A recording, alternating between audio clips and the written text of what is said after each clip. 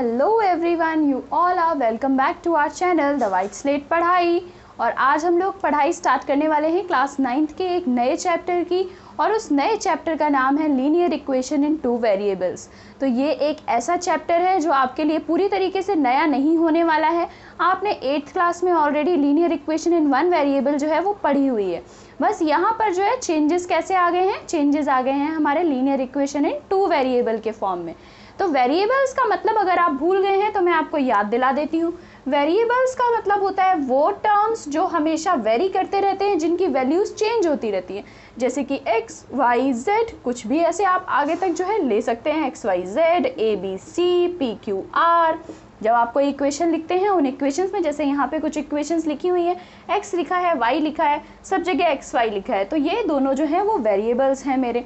जब मैं बात कर रही हूँ अपनी लीनियर इक्वेशन इन 2 वेरिएबल्स की, मतलब कि मुझे सिर्फ 2 ही वेरिएबल चाहिए, मेरी एक ऐसी इक्वेशन जिसमें 2 वेरिएबल्स जो हैं वो प्रेजेंट हो, और उसका जनरल फॉर्म कैसा हो, ऐसी इक्वेशन जिसमें 2 वेरिएबल प्रेजेंट हो, और वो किस तरह से प्रेजेंट हो, वो प्रेजेंट हो मेरे इस तरह से, जो ये लिख रखा है ना यहाँ पे हमने, ax plus b y plus c is equals to 0।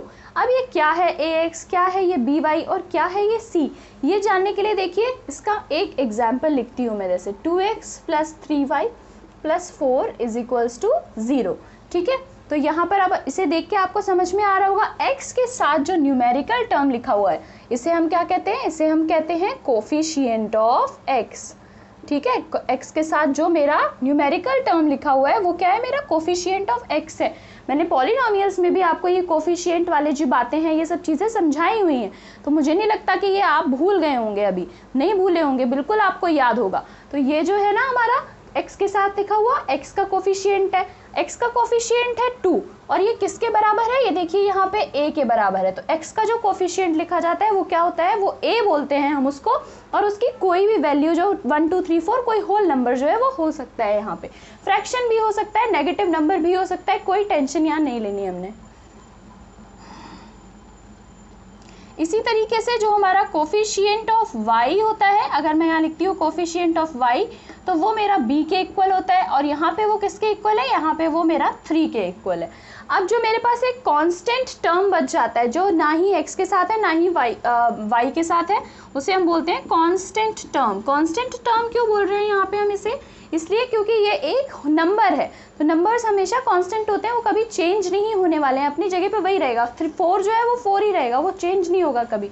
तो कांस्टेंट टर्म जो है उसे हम c बोलते हैं, इस केस में वो मेरा 4 है। तो यही यहाँ पे हमें जो है अभी करना है कि सिचुएशन दी हुई है, जैसे फर्स्ट क्वेश्चन अगर आप देख सकते हैं, इसकी मुझे एक लीनियर इक्वेशन बनानी है 2 वेरिएबल्स वाली। फिर उसके बाद मुझे सेकंड क्वेश्चन में इन सबको हमारे जनरल फॉर्म जो है हमारी लीनियर इक्वेशन इन 2 वेरिएबल का, उसमें लगा के देखना है, और ये बताना है कि a, b और c की वैल्यू यहाँ पर कितनी होने वाली है। ठीक है, तो चलिए फिर इसी के साथ शुरुआत करते हैं। मैंने यहाँ आपको एक जिस्ट हर एक चीज़ का दे दिया है, समझा दिया है कि इन सब चीज़ों का क्या मीनिंग है, तो बस इसी समझ के साथ जो है हम लोग यहाँ पर आगे बढ़ने वाले हैं। ठीक है, ये फर्स्ट क्वेश्चन में उन्होंने मुझसे कहा है कि the cost of a notebook is twice the cost of a pen, कि एक मेरी नोटबुक है उसकी कॉस्ट जो है वो पेन की कॉस्ट से 2 गुनी है, ज़्यादा है, 2 गुनी है। और इस सिचुएशन को हमें यहाँ पर जो है एक लीनियर इक्वेशन इन 2 वेरिएबल के फॉर्म में लगाना है।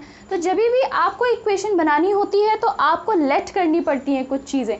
तो हम फर्स्ट क्वेश्चन के लिए क्या लेट करेंगे, let the cost of notebook be x। यहाँ पे हमने ये लेट किया कि मेरी नोटबुक की जो कॉस्ट है वो x के बराबर है। Similarly let the cost of pen be y।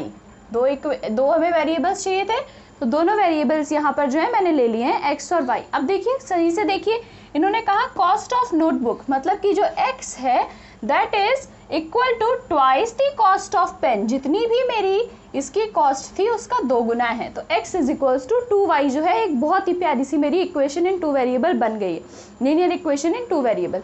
लेकिन ये मेरी सही फॉर्म में नहीं है, फॉर्म ये है, तो इसे हम लिखेंगे x minus 2y plus 0 is equals to 0। ये बन गई मेरी यहाँ पे लीनियर इक्वेशन इन 2 वेरिएबल, जो कि मेरी इस सिचुएशन को सेटिस्फाई करती है।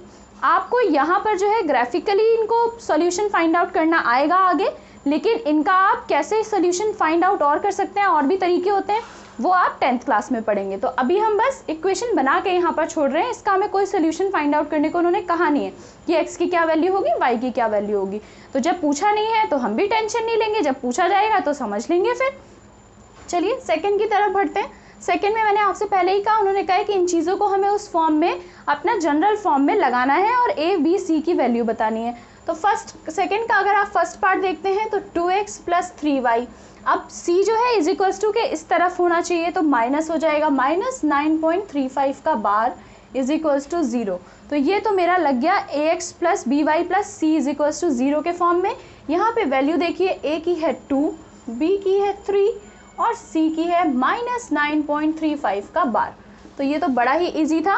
सेकेंड देखते हैं, x - y/5 - 10 is equals to 0। तो यहाँ पर ये जो 5 आ रहा है, इसकी वजह से थोड़ी गड़बड़ हो रही है, तो इन तीनों का एलसीएम हम ले लेते हैं। यहाँ पे इन तीनों का एलसीएम जो है 5 आ जाएगा, इसका एलसीएम भी 1 है, इसका भी जो डिनोमिनेटर था 1 था, इसका मतलब 5 इन दोनों में मल्टीप्लाई होने वाला है। तो ये बन जाएगा मेरा 5x - y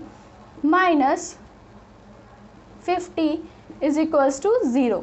तो ये हो जाएगा मेरा 5x - y - 50 is equals to 0। क्यों? क्योंकि ये 5 यहाँ के 0 से मल्टीप्लाई होगा तो 0 ही बन जाने वाला है।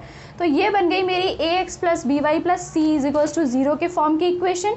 यहाँ पे a की वैल्यू है 5, यहाँ पर b की वैल्यू है -1 और यहाँ पर c की वैल्यू है -50। ठीक है, ये भी इजी था। थर्ड देखिए, थर्ड तो इससे भी ज़्यादा इजी है, -2x + 3y और यहाँ देखिए इन्होंने इज इक्वल्स टू 6 लिखा है, इसे हम -6 लिख लेते हैं, बस इस तरफ लाके वो -6 हो जाएगा। अपने आप ही ये उसी फॉर्म में आ गई, a की वैल्यू हो गई -2, b की वैल्यू हो गई 3 और c की वैल्यू आ गई मेरी -6। तो इजीली मैंने आपसे कहा था सॉल्व हो जाएंगे और वही यहाँ पे हो भी रहा है।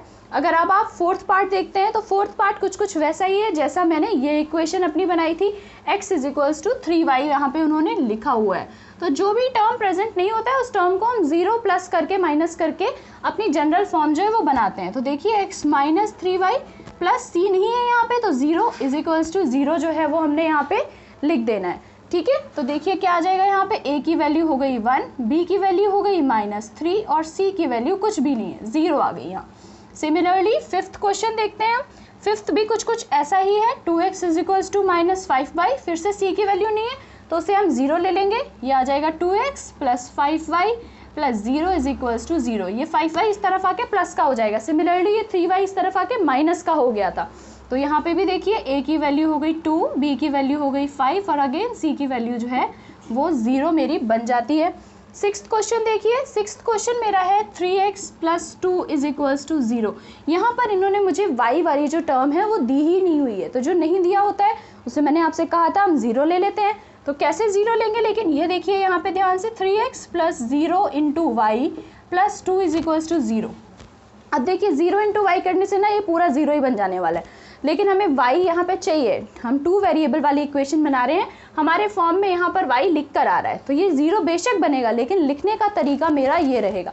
अब जब हम इसमें कोफिशिएंट देखेंगे तो a का 3 है और b क्या है, यहाँ पे 0 है और मेरा c जो है वो 2 है, तो इजीली निकल के आ जाएगा। बस थोड़ा सा हमें यहाँ पे दिमाग लगाना है अपना। ऐसे ही सेवेंथ जब आप देखते हैं तो वो कह रहा है y - 2 = 0, मतलब कि x यहाँ पे गिवन नहीं है, तो फिर सेम चीज़ करेंगे हम अपनी कि 0 × x + y - 2 = 0। कोफिशिएंट निकालेंगे तो a 0 हो जाएगा इस बार, b 1 है मेरा और c यहाँ पर देखिए -2 गिवन ही है। सिमिलरली मैं 8th क्वेश्चन देख लेती हूँ, लास्ट क्वेश्चन आज के लिए। वो कह रहा है 5 = 2x। ठीक है, तो यहाँ पे मेरे पास y की टर्म नहीं है, ऊपर से x भी = के उस तरफ है, तो कोई चिंता करने की ज़रूरत नहीं है। ये आ जाएगा -2x + 0 × y + 5 = 0। तो कोफिशिएंट्स भी बन जाएंगे, a = -2, b = 0 और c = 5। तो यहाँ पे हमने बड़ी ही आसानी के साथ अपने लीनियर इक्वेशन इन 2 वेरिएबल की शुरुआत कर दी है। अगर आपको लीनियर इक्वेशन इन 2 वेरिएबल्स इतने अच्छे से नहीं समझ में आया और आप पहले 1 वेरिएबल वाले को रिवाइज करना चाहते हैं, तो क्लास 8th की जो हमारी मैथमेटिक्स की सीरीज़ चल रही है, वैभव सर के द्वारा ली जा रही है वो, तो उसका लिंक डिस्क्रिप्शन बॉक्स में है, आप वहाँ से जाके वो लीनियर इक्वेशन इन 1 वेरिएबल जो है रिवीजन कर सकते हैं। तो हो सकता है आपको ये 2 वेरिएबल वाली कहानी जो है और भी अच्छे से समझ में आए। तो चलिए फिर इसी के साथ कल मिलते हैं। कल हम और इंटरेस्टिंग तरीके से एक्सरसाइज 4.2 जो है उसे करने की अपनी कोशिश करेंगे। तो चलिए फिर, बाय बाय।